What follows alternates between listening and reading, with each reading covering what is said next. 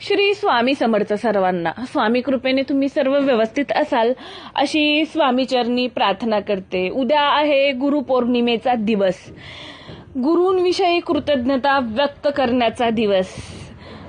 तसं तर स्वामी जसे माझ्या आयुष्यात आले आहेत तसं त्यांनी माझ्या आयुष्यातील खूप सारे प्रॉब्लेम्स दूर केले आहेत.